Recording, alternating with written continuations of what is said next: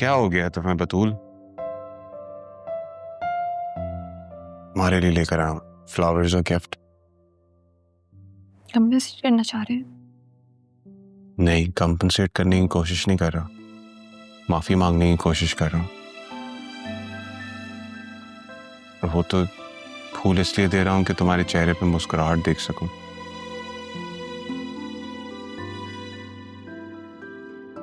I am really sorry. मुझ पे काम का इतना प्रेशर होता है कि वो फ्रस्ट्रेशन तुम पे ट्रांसलेट हो जाती है। मुझे ऐसे बात नहीं करनी चाहिए थी। मुझसे तुम्हें कोई तकलीफ ना पहुंचे, मुझे ख्याल रखना चाहिए। तुम तो मेरी जिंदगी का सबसे अहम हिस्सा हो। तुम्हारे बगैर तो मेरी जिंदगी अधूरी है। I'm sorry।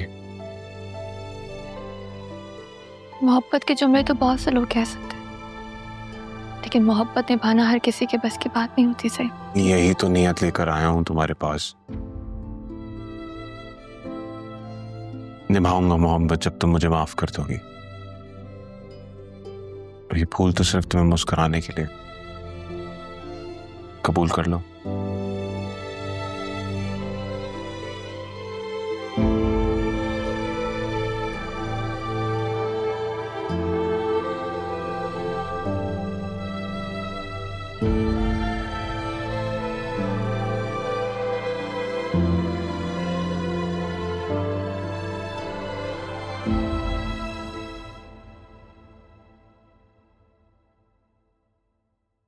सिदरा टमाटर दो।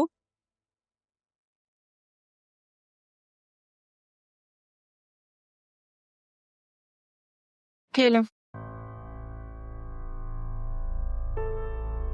तुम क्या कर रही हो यहाँ पे? पानी लेने आई थी, आपने टमाटर मांगे तो दे दिया। कोई और काम है? हाँ, तुम जाओगी कब यहाँ से? इरादा तो यही था कि यहाँ से चली जाऊं।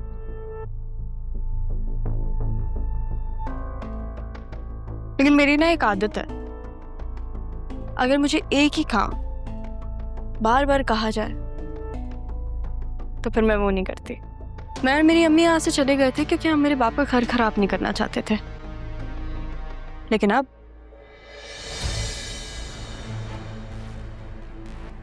जब आप मुझसे ऐसे बात कर रही हैं तब तो कहीं नहीं जाऊंगी। सोचें, अगर अब्बू को पता चल गया कि हम आपकी वजह से गए थे, फिर इस घर में आपका भी आखिरी दिन होगा। इसी तरह का क्या होगा फिर?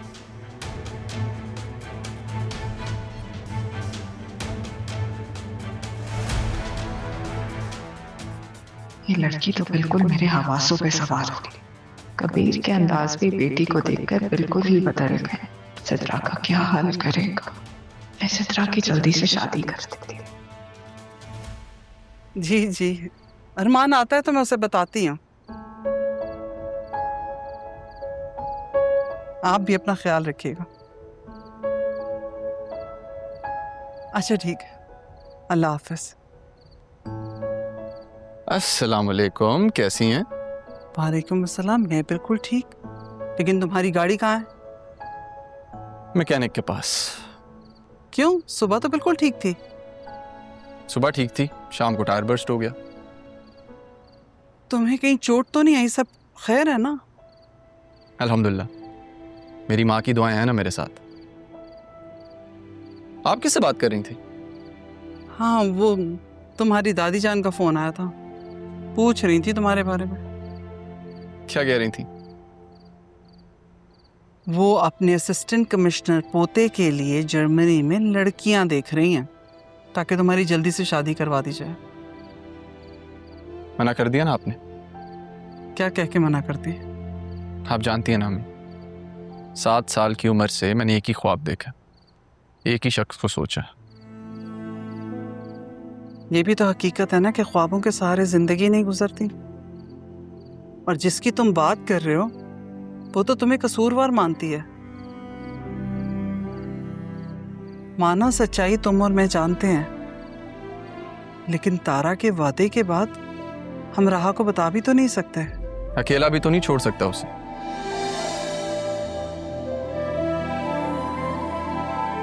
राहा मेरी जिंदगी के साथ साथ मेरी तकदीर से भी जुड़ी है। और अगर उसने तुम्हारी तकदीर बनने से इनकार कर दिया, तब क्या तब भी सारी जिंदगी उसका इंतजार करोगे? अगर वो मेरी किस्मत में हुई ना अम्मी, तो मुझे मिल के रहेगी, चाहे फिर कोई भी लाख कोशिशें कर ले हमारे दरमियान आने की। माँ हूं तुम्हारी मैं, इसलिए तुम्हारे लिए दुआ भी करती हूँ। लेकिन बेटा डर भी लगता है, कहीं मेरी ये दुआ रद्द हो गई तो? दुआ अगर कबूलियत की नीयत के साथ की जाए ना अम्मी, तो रद्द होने का खौफ खत्म हो जाता है। आप बस दुआ करें, दुआ अपना रास्ता खुद ढूंढ लेगी। क्योंकि मोहब्बत जब दुआ बन जाती है ना, तो खुदा इंसान को खाली हाथ नहीं लौटने देता।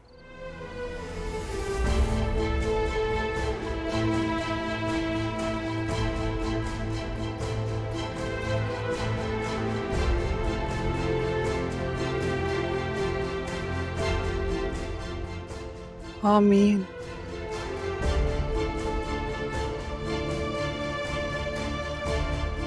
मेरे बेटे को खाली हाथ मत लौटाना।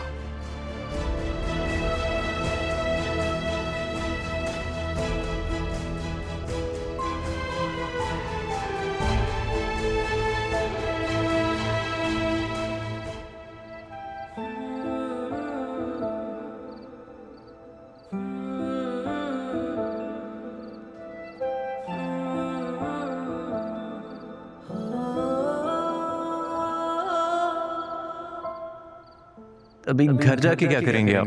अगर अम्मी होती तो उन्हें बताती अपने दिन के बारे में।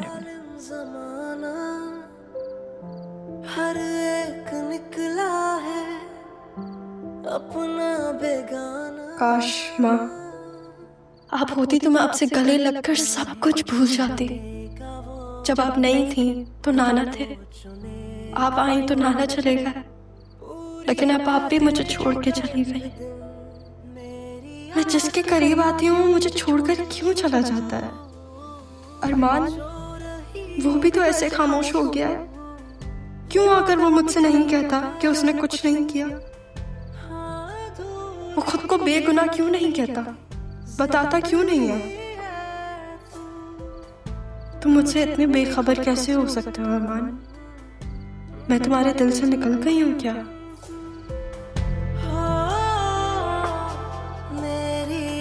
जिंदगी है तू,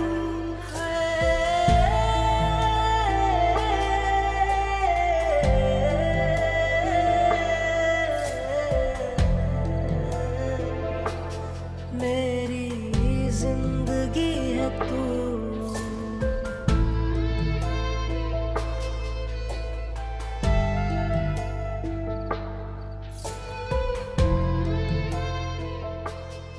इतनी कीमती चीज को अगर फालतू कहेंगे तो बेवकूफी हुई ना। मैं कीमती हूँ। सबसे कीमती। हर दिन गिला है। असिस्टेंट कमिश्नर बन गए हो, इसका मतलब ये है कि तुम्हारे पास लाइसेंस है मेरी सर्वेलेंस करने का? मैं तुम्हें कहा था ना जब तक तुम्हारे पास सबूत मत हो मत आना। मेरे पास सब कुछ है, आपको सब बता दूंगा। पाई सजाएं क्या पूछूं खुदा